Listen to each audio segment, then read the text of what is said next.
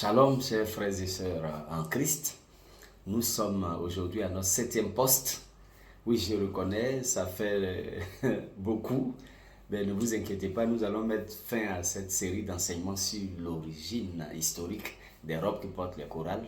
Nous allons mettre fin au prochain poste, donc au 8e. Aujourd'hui, nous en sommes au 7e. Voilà, nous avons déjà vu d'où est partie l'idée des robes de chorale. Nous sommes partis de la période pré-christianisme à la période de l'Égypte ancienne, à la Rome antique, avec l'apparition, n'est-ce pas, des chorales grecques. Nous sommes passés par le judaïsme avant d'arriver au christianisme et d'arriver à la période médiévale, c'est-à-dire au Moyen-Âge. Voilà.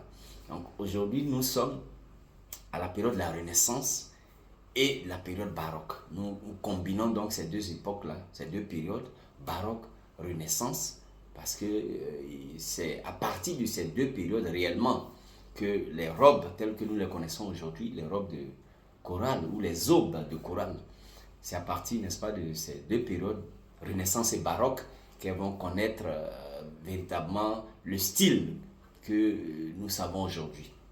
Alors, il faut noter que la musique chorale, dans sa forme et dans son contenu, donc la musique chorale a considérablement progressé au cours de cette période, Renaissance, comme en témoigne la nature intemporelle des merveilleux hymnes de la Renaissance et des robes exquises, merveilleuses, belles, portées par les chorales dans les représentations artistiques à cette époque-là. Vous voyez, on parle de renaissance, c'est-à-dire c'est un nouveau départ. Et cette renaissance, dans la période musicale, est marquée aussi par une renaissance spirituelle. N'oublions pas que nous entrons en plein pied dans la réforme, début de la réforme, développement de la réforme.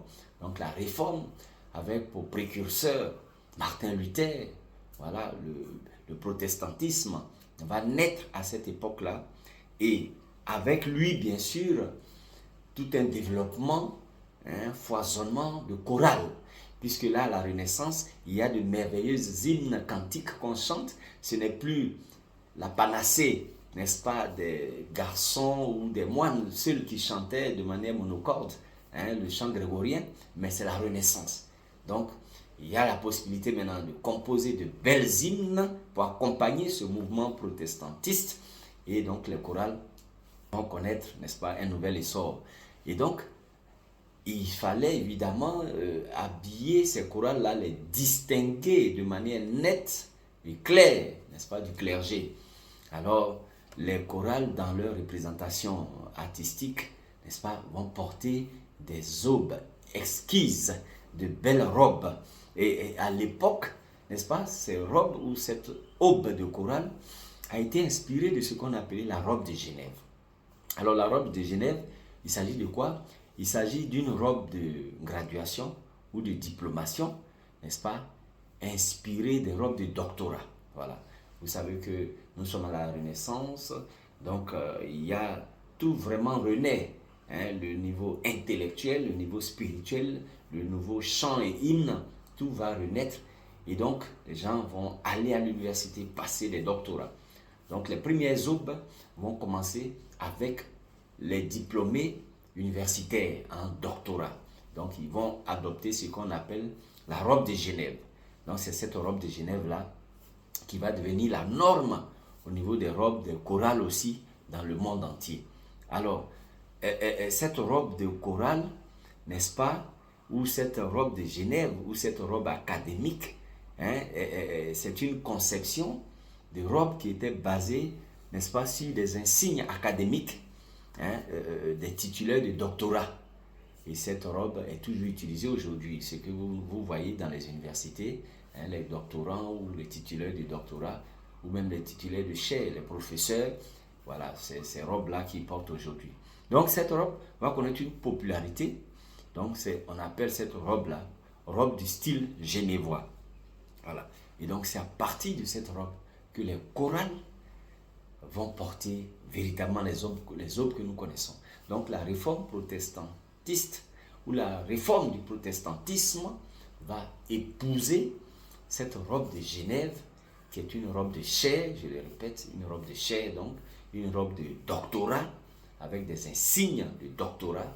Et c'est cette robe-là que la chorale ou que les chorales vont aussi épouser, vont aussi prendre.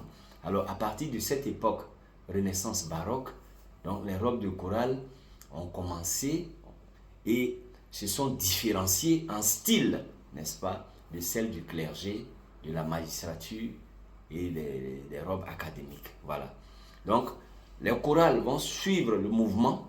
Les chorales de la réforme vont adopter les robes modélées sur les robes de fin d'études plutôt que sur les robes laïques, n'est-ce pas, que nous avons actuellement.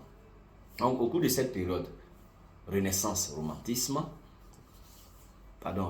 baroque, donc au cours de cette période Renaissance baroque, voilà, donc les principales catégories de robes qui existaient étaient, et je cite, les robes de clergé, les robes de chorale ou aubes de chorale, les robes académiques et les robes judiciaires. Donc voici les 4 robes qui vont naître dans cette période Renaissance baroque, et ces robes-là existent encore de nos jours. Voilà. Donc voici comment la Renaissance et la période baroque ont influencé non seulement la musique, avec de nombreuses hymnes de la Renaissance, mais voici comment aussi la Renaissance et la période baroque ont influencé aussi les robes de chorale que nous portons aujourd'hui. Certes, il y a eu une évolution en fonction du temps, de l'espace, de la mode. Il y a eu des évolutions jusqu'à connaître ce que nous portons aujourd'hui à la période moderne. Voilà.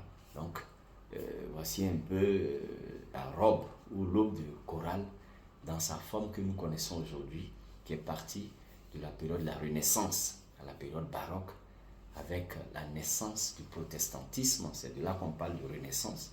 Donc la partie de là, avec, n'est-ce pas, la liberté maintenant de chanter des hymnes merveilleuses, des hymnes de la Renaissance, avec la possibilité de porter librement des robes de chorale exquises, prises sur le modèle genevois, donc robe de Genève ou robe genevoise, qui elle-même est une robe de doctorat avec des insignes universitaires.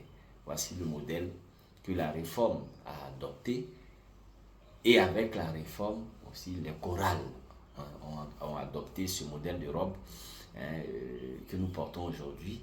Donc, dont l'ancêtre est la robe de doctorat. Voilà. Donc, nos aubes aujourd'hui ont pour ancêtre la robe de doctorat que portaient les universitaires à la période de la Renaissance, la période baroque, c'est-à-dire la période 1500, c'est-à-dire 16e siècle, jusqu'au milieu des années 1750, c'est-à-dire au milieu du 18e siècle. Voici, frères et sœurs en Christ, comment nos aubes que nous avons, voici comment elles ont été conçues. Alors nous allons voir dans le prochain post, n'est-ce pas, comment elles ont évolué de la période de la Renaissance baroque jusqu'au temps moderne aujourd'hui. Et nous allons mettre un terme à cette série d'enseignements sur l'origine des aubes ou des robes que portent les chorales. Soyez bénis au nom de Jésus.